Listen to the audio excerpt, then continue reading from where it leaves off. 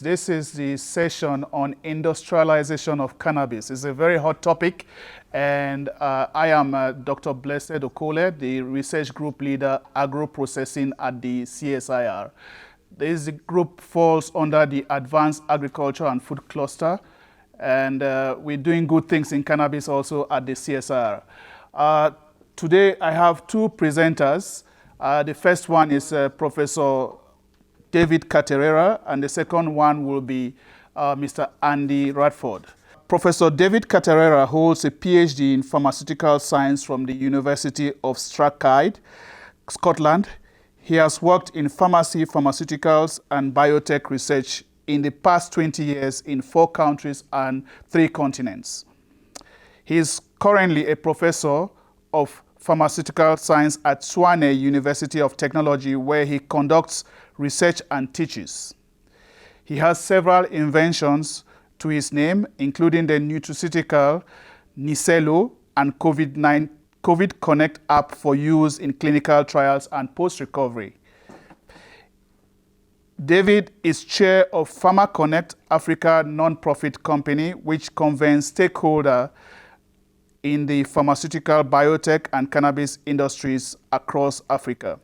He has published over 50 journal articles and is co-editor of 3 books: Ethno-Veterinary Botanical Medicines, which was published in 2010, Systems Analysis Approach for Complex Global Challenges, published in 2018, and Traditional and Indigenous Knowledge for the Modern Era. That was published just last year in 2019. David will be giving a presentation on building the cannabis and hemp industry in Africa. David. So good day to you all, wherever you may be in around the world. I would like to talk about the building the cannabis and hemp industry in Africa, and maybe just share some of the ideas and some of the things that we are doing. Right, so it's all about money, money, money. And when people think cannabis and hemp these days, there's just such a focus on the money. And these are some of the figures that we're getting. The legal marijuana, as they call it on the other side of the world, the legal medical cannabis market size is going to be worth over $70 billion by 2017. And at the moment, it's a really big business, all sorts of figures. And this is the African outlook. And this is according to Prohibition Partners, who issue really interesting reports. And what they are predicting there, for instance, for South Africa, is an industry worth $1.7 billion, Lesotho 90, Zimbabwe, and so it goes on. And recently we found out that Rwanda has now also legalized cannabis. But I would like to say that these figures are really about primary production. And I wonder how many of them are actually looking at the industry itself and the value that that industry, if and when it comes together, can be worth. And that's what I would really like to talk about. Because when we look at Africa, we're really just looking at growing cannabis and hemp. Is that really an industry? And unfortunately, Africa has been very good at that, just extracting things. If you look at our mining, so-called mining industry, it's just extracting rock out of the ground and ore and sending it off. No value addition. And at the moment, everybody is fighting about trying to get a farm to produce cannabis. And nobody's really thinking about what is it that needs to go into building a sustainable and robust industry. Maybe let's start here. What is an industry? And by definition, it's economic activities which are concerned with processing of raw materials into finished value-added goods. And when you look at the way we are conceiving or conceptualizing the cannabis industry, are we thinking at all about manufacture? And in the work that we do as Farmer Connect and convening people and stakeholders in this space, we have found that there's very little going into the other aspects of the value chain. So, as you know, you can stratify industry into at least 4 different sectors: primary, secondary, tertiary, and quaternary. And at the moment, unfortunately, we are in this take it phase, which is growing things. What is it that we need to get into manufacturing things and then maybe selling services? And even better, what is it that will be required from the likes of the CSIR to actually sell information and expertise, which then moves this industry forward? So this is the value chain of cannabis as we know it. So there's cultivation that goes on, and in that could be the industry around seed, production systems and services. And then we have a distribution aspect to it. Dispensaries, for instance, at the moment, we don't really have these as formal structures. And then we can go on to the processing part. And at the moment, what we are seeing is that everybody is just extracting and processing the same things, really. Not enough consumer products as I speak. So this is what we need in Africa. This is what we would call an industry. And when you look at the actual value that is created along the value chain, and this is from the marijuana index, by the way, you'll find that down here, and in the cultivation and extraction space, it's highly crowded, and there's commodity exposure. So anybody who's in here should be prepared for bubble and burst. But as you move up this value chain into manufacturing packaging, you then have high margins all the way to distribution. And so this is actually where more and more people ought to be playing, or at least ought to be thinking of playing. Let me give an example of pharmaceutical cannabis products, which we are not really talking about at the moment. We are really talking, I think, a lot about flowers, a lot about oils especially. But when we start looking at the pharmaceutical space, you can see here the exponential growth that is expected in this area. And at the moment, there are only 3 drugs really derived from cannabis. So there's a lot of room for growth here. So let's think a little bit about what an industry is. It's an ecosystem, in other words, a value chain. And in this case, we can conceive it as starting at the farmer level. So obviously the farmer will need input, so they'll need seeds, they will need greenhouses if they're growing under greenhouse. They will, and then once they have produced the cannabis or hemp, it then goes into the manufacturer. In some cases, the farmer can also be the manufacturer. And then the manufacturer adds value there, manufactures products, they go into the markets. And these markets would be dispensaries, pharmacies, doctors' practices, where the consumer would then have access to them. Obviously, that money then goes back into the value chain. But what are the other important aspects of this ecosystem that we need to think about, right? Financing. We actually need to think very seriously about who is providing finance. Do we have venture capital funds available? Do we have government funding available, and under what conditions? And for which stakeholders in this chain?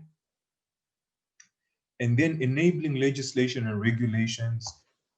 We know from the South African experience that this has been problematic, and that's why people are marching on the street. Do we really need that strict regulation, or rather open up the market, give licenses, and let the market itself be the ultimate regulator? That sounds controversial, but this is what they've done in other countries in Africa, where they have set the price at slightly higher, but then people do get licenses. And what you find is that not a lot of them are then able to actually move from being licensed. So when we think about an ecosystem, which is what an industry is, interconnected stakeholders who are all of them adding value in one way or the other. So let's maybe think about how the cannabis ecosystem might work. It would obviously start with the farmer, but for the farmer to get off the ground, they will need inputs. So initially they might need capex, which might involve land, whether it's leased or it's purchased. They would need greenhouses if they are going to be growing the crop in a greenhouse, fertilizer capital, all of those inputs. And having grown the product and obviously having expertise, the product would then go to a manufacturer. Sometimes a farmer might also act in this case as a manufacturer. They would manufacture the goods, whether it's flowers or it's oils, or maybe it's some kind of API. And this then goes into the market, is distributed through wholesalers to pharmacies, dispensaries, prescribed by doctors in some cases, and eventually it lands up with the consumer. So the consumer then uses the product and pays for that product, and that money, in a sense, then goes back in that way. But what are the other pillars of this ecosystem? Well, there's financing, because in every part of this chain, money is required. So when we think about the farmer, the manufacturer, where are they going to be getting this money? And this is in the African context, right? Do we have venture capital out there that they can get? What we're finding is that a lot of the farmers are first-time farmers.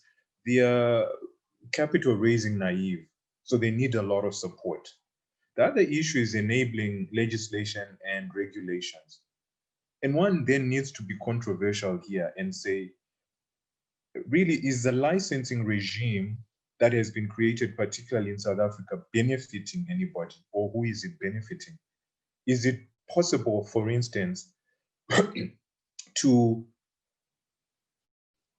have a pre-licensing regime where everybody actually gets a license, and then after some time you actually go back and inspect? Because at the moment you need infrastructure before you get a license. So it's a typical pharmaceutical model. Whereas when you look at the other countries like Lesotho, Zimbabwe, all you do is you pay your fee, you get your license. And then that allows you, that license is an asset because it then allows you to go and get financing. The other issue is incentives. So in South Africa, DTI, Department of Trade, Industry and Competition has incentives, but they're not really specific to this industry. But if you're trying to build an industry, then you have to put in incentives. Research and development, this then creates more value than just a crop or a commodity in the ground. And again, we need to be focusing on that. Then we need to look at equipment suppliers. Where are our equipment suppliers? Are they landed on the African continent, or we are actually having to import equipment? And when we import equipment, is it the right kind of equipment? What maintenance is going to go on with this equipment? All of these really then require education and training, because you can't be an industry if you do not operate at a level where you are using training to come up with value-added goods. Maybe let's do a little bit of a SWOT analysis on this industry if we're going to build it. In Africa, the strength is that we have land and lots of it.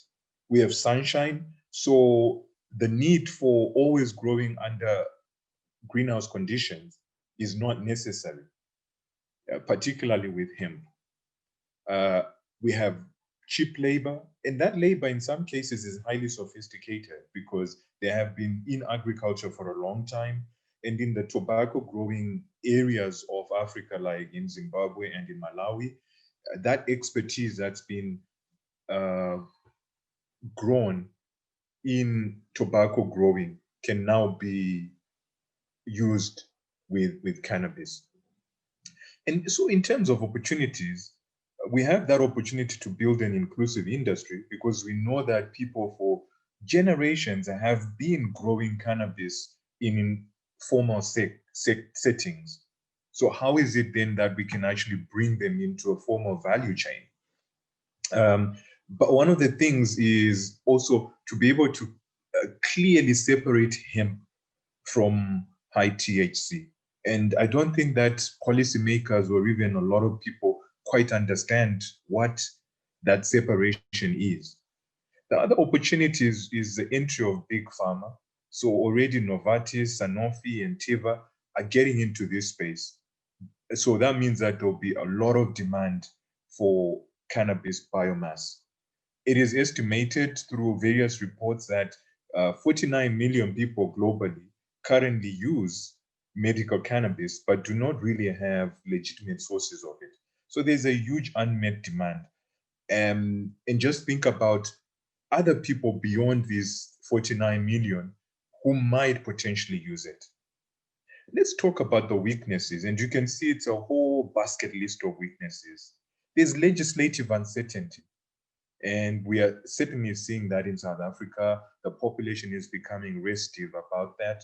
And it appears to be there's also regulatory lassitude. And that taps into the idea that I threw out in the earlier slide to say, perhaps people should get licenses and let the market regulate itself. Then you have a policing regime where you then go into the market and actually see who's doing the right things and who's not. There are also issues around capacity. In this instance, we're talking about training and education is alluded to. In general, there's lack of an integrated approach, right? So having a farmer is not having an industry. Having products in a pharmacy shelf somewhere is not an industry. So we need an integrated approach. And one of the other things that's missing is the lack of testing facilities. This you find across the whole range, whether it's food, pharma, and now it's going to impact on cannabis quite soon. Licenses in Africa are export driven. So when you look at the Rwanda license, for instance, even South Africa and Zimbabwe, they're all about find markets elsewhere. And yet we should also be increasing access to good products for our citizens, the African citizens. There's been no training for doctors and pharmacists, as far as I know. I should know that because I teach pharmacists and I interact quite a lot with doctors. So you can't build an industry until the users know how to use the product. Right now, the cannabis industry is so informal that everybody is a doctor and a pharmacist, right? And then we have investment risks. Because, again, of the legislative uncertainty. An interesting example is the Proceeds of Crime Act in the UK of 2002. So UK companies are reluctant to invest in African markets where legislation is not clear, because it might turn out that they're actually being involved in criminal activity according to their home legislation.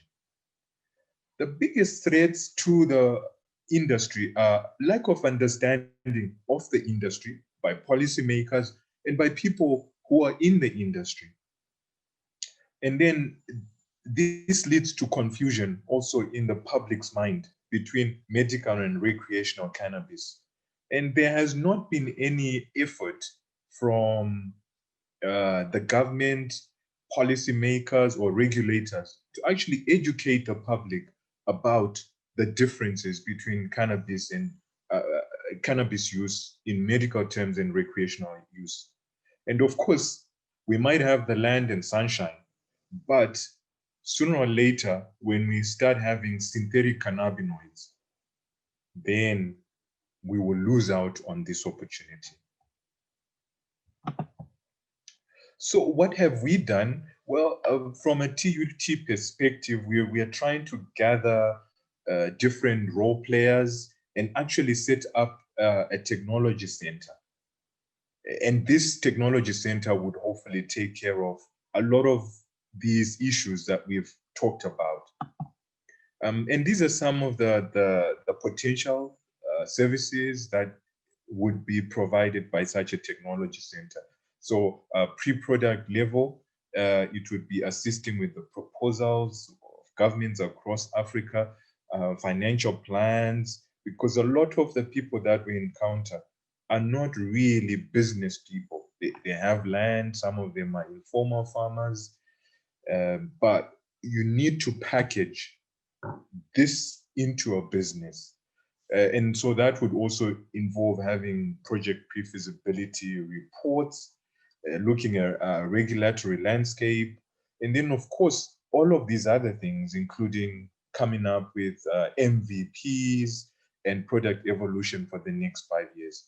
And then once we've at least assisted them at the pre-product level, assistance that the technology center would be able to provide on the product level would be around facility design and planning, which is very important, cultivation and greenhouse planning, because just these two on their own are very important because they are capital intensive. And then technical issues like material flow planning, equipment specification and documentation and tracking traceability. So this, in short, is really what we are trying to do, at least our small part in building an integrated cannabis industry in Africa. With that, I'd like to thank you. I am reachable on that email, and you can also attend Farmer Connect webinars that we're having, and a lot of them are focused on this industry. Cannabis and also the herbal industry at this stage. Thank you very much. Thank you, Professor Katerera. It's been an interesting talk. You guys have heard about the billions and the millions in this industry. You also heard about manufacturing. I mean, our president, Cyril Ramaphosa, mentioned that we can't just rely on primary processing. We must also look at manufacturing. Why can't we manufacture and send to Africa and also to Europe? We should be looking at that area of the value chain, which is what I think we have to do. David also mentioned about the ecosystem and mentioned that there are many stakeholders in this ecosystem, and including financing, research and development. You can't stay on the same spot. If you don't have research and development, you will stay on the same spot. So it's very important for institutions like the universities, the science councils, to play a role in this area to try and get new products which are safe, efficacious, and affordable for South Africans. He also mentioned about the education and training. We must have the young people in the universities who should be interested in this field to try and study and have degrees that are related to this. We are doing that already now at the CSIR to have students who are doing their interns on cannabis in my group, and also the legislation. He also proposed something which was very interesting to me about pre-licensing. Pre-licensing, that's to first have this license and then later on look at those who are serious about doing it, because right now in the hemp space there are many people who have these permits and they are doing nothing about it. David also quickly looked at the SWOT analysis and mentioned that there are 49 million people using medical cannabis. This is a very small number if we in South Africa try to put it in place. I think South African population, if we get the therapeutic value of most of cannabis, is going to make a big difference. And he also lastly mentioned about the integrated activity. We must work together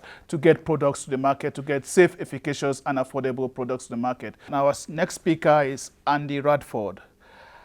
Andy has a master's degree in industrial administration from University of Cape Town and 20 years general management experience in various industries.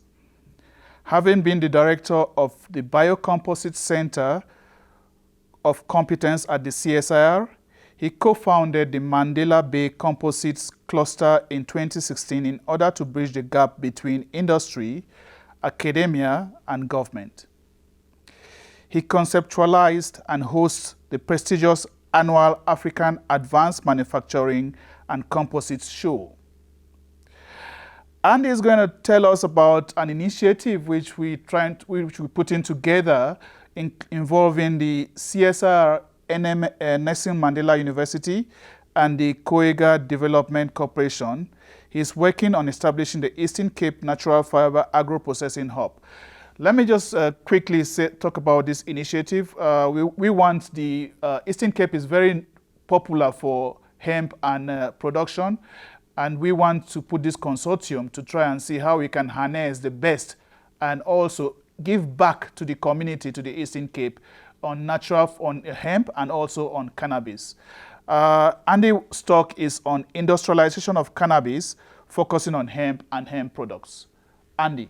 Thank you for your time and for this opportunity to share a very exciting part of the future of cannabis in South Africa, and in particular the hemp offtake in the Eastern Cape.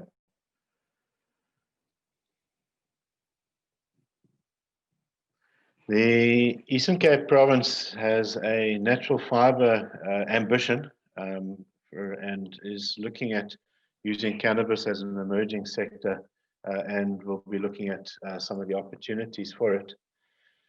The presentation, which I'll be running you through, comprises 5 focus areas. We'll look at an introduction to biomaterials, the competition which we're facing, especially in South Africa, in the bioeconomy. We'll pick up on the cannabis hemp value chain, then look at it as a new and emerging sector, and finally the application into the Eastern Cape. Now, a high-level view of biomaterials is a seed to crop, followed by a crop to a chemical, chemical to materials, and a material to a composite. So the seeds will obviously produce your crop, and from there you'll have 2 elements. The one is the value, which one looks for, the produce, and then the no value, which is often determined as and called the waste, leading to a chemical, and from the material through to the product. The seed to crop is an agricultural industry. The crop to chemical is chemistry. Into materials, we're talking material science, and finally, the material to the product is engineering. Some of the strategies that are competing, down the left here, we've got you need arable land, sunlight, water, and nutrients, and you'll be producing some food, some animal feed, biomaterials, and especially using the lignocellulose, you'll be producing ethanol, biodiesel, and biomass fuel. This then has a competition in the strategic space where one's competing against food security, other biomaterial strategy, some of the biofuel strategies, and definitely the bioenergy strategy. So the competition in the bioeconomy is around this food versus fuel debate, and food security obviously wins. After food, bioenergy is globally more incentivized than biomaterials, despite the fact that biomaterials directly support 5 to 10 times more employment and add 4 to 9 times more value. So following several rounds of recycling, energy recovery as end-of-life option makes biomaterials itself a versatile biofuel. And the mantra which one uses is cascade the utilization, but burn once. And even there, we're starting to look at not cradle to grave, but cyclical continuation. Now, at the bottom here, we have a typical Coke bottle. If it were made from a biomaterial, you'll have bio-PET. And then the whole recycling process is eventually around incinerating and extracting the energy. Some of the international market studies, biomaterials market is expected to continue to grow, certainly in the next decade. Biomaterials reduce the carbon footprint based on life cycle analysis. They're still more expensive than oil-derived counterparts, but we're expecting that gap to narrow as the production volumes increase. The current market is largely in the EU and USA, where one can afford to pay the green premium. The tendency is to commercialize intellectual property in the Far East, where the low labor rates result in cheap biomass. The oil price affects international biomass-related activities in general. I rather like this particular schematic of hemp and its products produced by our friends in Malawi. And if one looks at the stalk, one has bast fibers, just to define that. It's a fairly long and thin plant, and the actual stalk itself has on the outside bast. You might know it on a tree as bark, and inside you'll actually find some pulp. Now the bast can go into consumer textiles, industrial textiles. It can go into paper, as can the pulp from the leaves. And the pulp can be used by and large for building materials, and that's an important one because of the size and scale of the built environment industry. The leaves and the flowers can go to THC for medicinal purposes. And then if we look at the seeds, hemp seed oil can go to food, some products, even into some personal hygiene products, into foods such as granola and birdseed. And then the seed cake is a fantastic animal feed. It's very rich in protein. Finally, we have of the hemp itself agricultural benefits in the field, such as weed suppression, less need for pesticides, pollen isolation, soil improvement and crop rotation, and deep roots on natural soil aerators. So it's used for counter cultivation. And then we have over here, the whole plant can be used as a boiler fuel or pyrolysis for a feedstock for it. And finally, the cell fluid itself can be used for forming abrasive type chemicals. I always use this slide to introduce the fact that we're not looking at anything new. Back in 1941, Ford recognized the utility of the hemp plant, constructed a car of resin, stiffened fiber, and here it is. This was including hemp into their composite. And then they later even ran the car on ethanol made from hemp.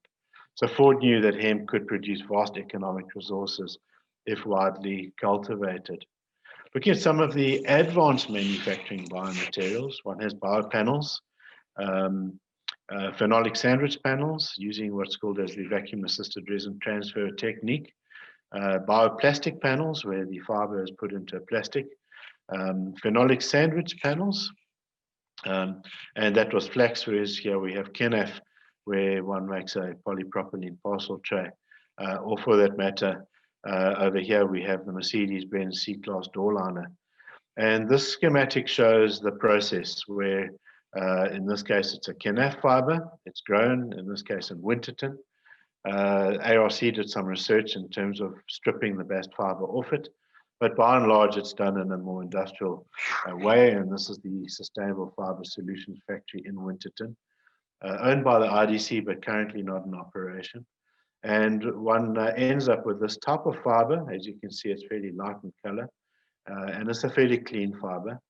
That can then be added to some polypropylene and thermocompression molded into a part for a motor car.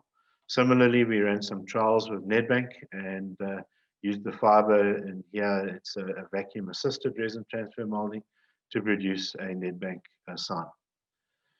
Now, if we look at mechanical properties versus the weight advantages and the additives, one has plastics and resins down here. One then reinforces those plastics, and you have what we call short fiber reinforced plastics. And this is really, from a macroscopic perspective, it's homogeneous. You actually can't discern the fiber inside the plastic, and it behaves, processes, and designs like a plastic. One then goes into this macroscopic inhomogeneous environment where one has long fiber reinforced plastics, and then non-wovens, wovens, and unidirectional fiber reinforced plastics. And it now starts behaving like a composite material comprising a resin plastic and a fiber reinforcing. So over here we have material science focusing on this type of product, and then we have more on the engineering side, what happens over on this higher mechanical properties, and more weight advantages. We have material design and manufacturing as what we call the trinity of composites, that if one changes the manufacturing process, one often has to go back and modify the design. If one changes the material, one often has to modify the design and the manufacturing. And so the three are always actively involved in influencing one another. Some emerging insights, some global emergence of the cannabis industry. There are 9 pillars of the cannabis markets: policy, regulation, taxation, compliance, laboratory testing, data reporting, cultivation, extraction and processing, and of course, education. So the sector contributions, there's about 50 countries that have developed legislation for legal cannabis. The largest producers are China, the Americas, Canada, Chile, and France. And then from a sector perspective, what are the challenges and constraints? Is really around policy, regulations, compliance within the policy and regulations, and obviously reporting with that. Cannabis testing is the only means to ensure product quality, and one has to actively educate and inform stakeholders. And I'm very grateful for this opportunity with the CSIR to have influence over the decision takers that are influencing all of these elements of the 9 pillars. The opportunities, which is more around industry pull, is that the market is projected to grow from about $10 billion in 2018 to about $40 billion in 2023. So we're looking at a compounding annual growth rate of just over 30%. North America is expected to grow at about a 16.9%, Asia Pacific at about 16%, and Central and South America markets is driven by growth in consumption for oil, for pharmaceutical and food and beverage industries. Let's have a look at a comparison between medicinal and industrial. So a similar plant, different genetic formulation, where it's fully legal in certain of these countries, shown in light blue, down to purple, which is illegal, and dark blue, where it's federally illegal from a policy perspective. And on this side, we have industrial hemp, and all the regions where it has currently either been produced or has the potential to be produced. And you'll find an overlap between those which are fully legal and those which are legally compliant with those which are able to and are currently growing industrial hemp. You'll notice South Africa sitting where we have got the potential to do both. This potential will provide for us significant employment. And we'll look at 2 scalable options. One is at 5,000 hectares of arable land, just over 33,500 people, an income of it's over 500 billion rand, carbon sequestration of 37,000 tons of CO2, and the soil rehabilitation of the full 5,000 hectares. We mustn't forget the rehab capability. On the 20,000 hectares, we're looking at significant employment, an income of just an astounding amount, and from a sequestration of carbon over 150,000 tons. The emerging insights is that our heritage and our culture are actually quite closely tied up to this particular plant. You'll notice here in the Eastern Cape, women working in the fields. And the bill around the cannabis industry in South Africa has a primary objective to protect indigenous knowledge, and especially of those indigenous communities from unauthorized use. So we've got some very clever genetic capability in South Africa, and it would be a terrible situation if it were misappropriated and misused. So we really do need to all work together to regulate the fair and equitable distribution of benefits from its commercial use. I'd like to acknowledge the following. Dr. Kelt van Ryswyk, who with me did a biomaterial feasibility study, working for DST in 2016. The presentation to the NACR workshop on the South African bioeconomy and progress in 2019. And Dr. Sunshine Blow and Ms. Micah Vetz of Kucha Development Agency and Kakadu Development Agency, who last year provided some significant inputs to the Eastern Cape government and developed an Eastern Cape hemp model. And that brings me to the conclusion of the presentation. Thank you. Yeah, thanks, Andy, for that wonderful presentation. I'll just try and give a summary of what you presented. I think first of all, I just want to clear this thing about cannabis and hemp. Both of them belong to the genus Cannabis sativa, and one we call marijuana here. The main difference is between cannabis and hemp is that hemp has very low THC, which is the psychoactive effect, and then marijuana has a very high THC level. And on the height of the plant, marijuana is a shorter plant, around 0.5 to 1 meter height, while hemp is a very slim, tall plant because of the fiber that it produces. It grows up to around 3 meters or to right up to 5 meters. So it's a very tall plant, depending on the variety. So that's, if you see them in the field, then that you can easily differentiate them. He also talked about the modern uses of hemp and what you can use the stalk for. Mainly, they use the stalk for the fiber, which you can use for different products. He showed the car that was produced in 1941 by Ford, but CSIR also did something not on Ford, but on a Benz. So we kind of ahead in this game. We just need to go back again, because now that we are going to legislate it, to try and make it more user-friendly and to make it affordable to at least to bring those people, especially in areas in the Eastern Cape, KwaZulu-Natal and Limpopo, that are growing the crop illegally, to try and have an inclusive market for this particular crop.